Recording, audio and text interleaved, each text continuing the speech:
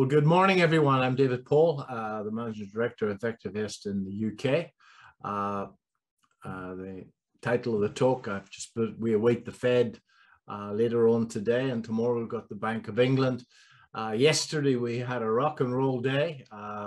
American inflation came in slightly less than they expected, and that caused animal spirits to take off, and the S&P 500, for example, opened up about 100 points, and then it gave it all back again. So, and it's not looking too healthy this morning ahead of the Fed a little bit later.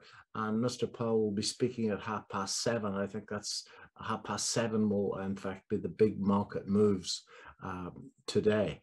So if we have a quick look at the UK market direction, clearly this morning, inflation news out of the UK, inflation down a little bit. Economists that I trust reckon that inflation has probably peaked, but still it's still running at over 10%, and that's a heck of a long way from the Bank of England's target of 2%. And worrying food inflation, of course, is significantly higher than that. That's the Effective Est composite in front of you over the last year, and you can see that the upswings have come to nothing. Those little green buy signals, those rallies, without a doubt, a rally in a bear market. I've drawn in that trend line, which I think has got now 4, maybe 5 touches, and a break of that trend line upwards would be very, very positive for the UK market. I am assuming, and I've instructed the Effective Est people to, in fact, consider this as a rally in a bear market until it proves itself to the contrary. Foreign print has been one of the breakouts that have worked, and breakouts in stocks that are growing earnings strongly, and especially if the breakout occurs at increasing volume, stand a good chance of, in fact, moving much higher. That's what's happened in foreign print as it broke out of that bull flag pattern. If there are technicians listening, you can see that it actually gapped out, and then it moved up on significantly higher volume than had been the case before that. The technical target in that, it's sitting at about 42 this morning. The technical target, that's about 50. Nevertheless, that's been quite a nice move. Percentage-wise, nothing like the moves we got used to in 20 or 21, but in terms of 2022 performance, a very good percentage move. Games Workshop, well, Games Workshop pulled back strongly during the course of the year, and it's moved up with the market. It came off that 78% retracement, which I think is a useful support level, and it's on Effective Est buy, and earnings per share are flattish. Nevertheless, over the last year, they've grown significantly. I have a position in that, as I have in foreign print, and I'm very happy with it. If the general market, in fact, breaks that trend line that I spoke about a few sentences ago, then I shall add to that position. Watches of Switzerland. Well, Watches of Switzerland had an outstanding pandemic where all the restaurant money, I think, was spent on flashy watches. Pulled back with the market during the course of the year, stopped at a 62% retracement, and now has moved up strongly indeed.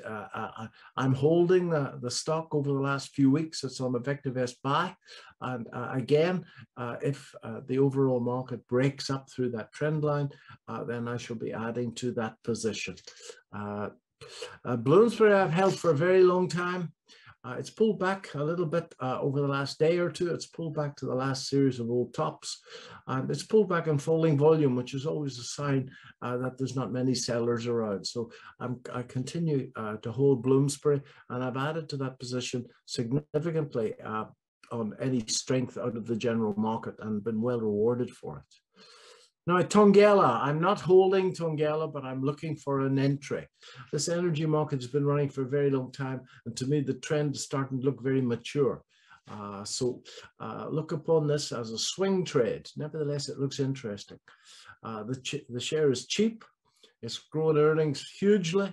You can see that the Vectorvest valuation, that thick green line above the price, the blue line is the earnings per share growing.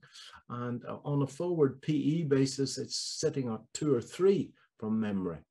The share has broken up and has come back and kissed, or nearly kissed, an old resistance level in the market. Now, I've blown this up just technically on the next slide, and you can see, ladies and gentlemen, that it has broken up, and as it moved up, you should be able to see the increase in volume, which is a good sign.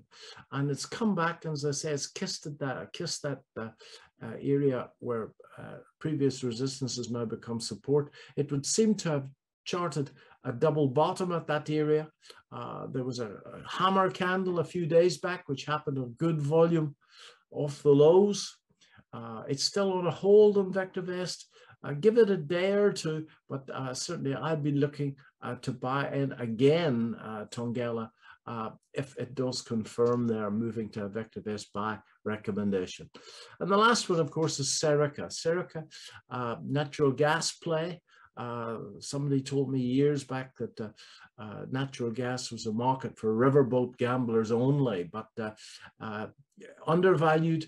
Growing earnings strongly. The earnings, forecast earnings per share have been impacted by taxation during the course of the year, as taxation has changed due to different UK chancellors along the way, and let's face it, we've had a few.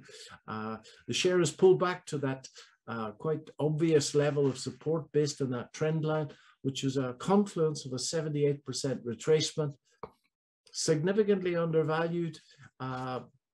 Again, it needs to do some work. It needs to move to a Vectorvest buy down around there.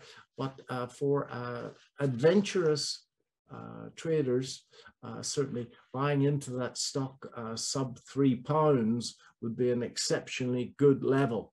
Again, I repeat that the opportunity is for adventurous investors who have got experience in putting a stop loss in, and more important than putting the stop loss in, acting to the stop loss if the market should fall. So I'm going to give it a day or two. I'm not in yet. I'm going to give it a day or two to confirm and let it move to a Vectorvest buy.